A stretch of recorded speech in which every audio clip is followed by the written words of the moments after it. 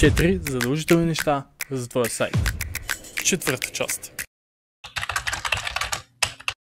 UI и UX или User Interface и User Experience. Какво е това UI и UX?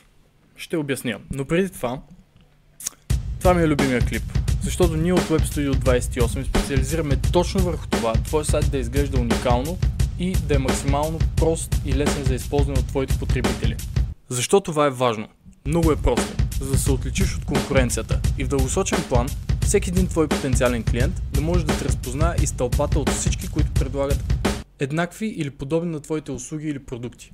Това е Hero Section, първата секция от началната страница на сайта ти. Да кажем, че предлагаш някаква услуга.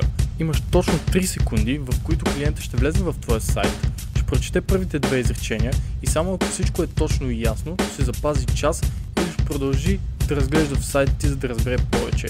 Ако обаче в Hero Section имаш 15 реда с обяснение каква е точно твоята услуга, почти 95% от хората няма да ги прочитат.